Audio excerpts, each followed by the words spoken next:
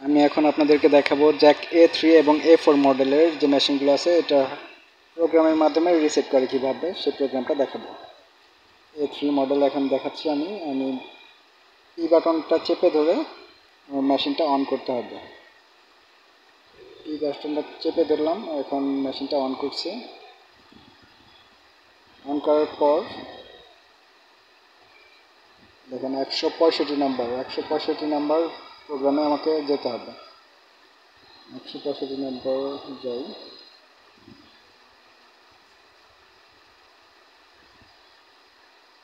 165 নম্বর প্রোগ্রামে গিয়ে 2119 এটা করে নিতে হবে। 2119 করে নিলাম। এখন পি বাটনটা চেপে ধরে রাখতে হবে এবং মেশিনটা রিসেট নিয়ে নিল। এখন একদম রিসেট নিয়ে নিল।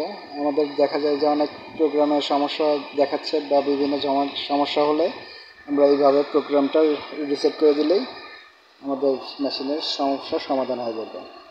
একদম নতুন অবস্থায় যেরকম ছিল ওরকম হয়ে যাবে। দেখেন সব কিছু একদম নতুন হয়ে গেছিলো, আমি সব ক্লিয়ার করে দিলাম, একদম ঠিকঠাক।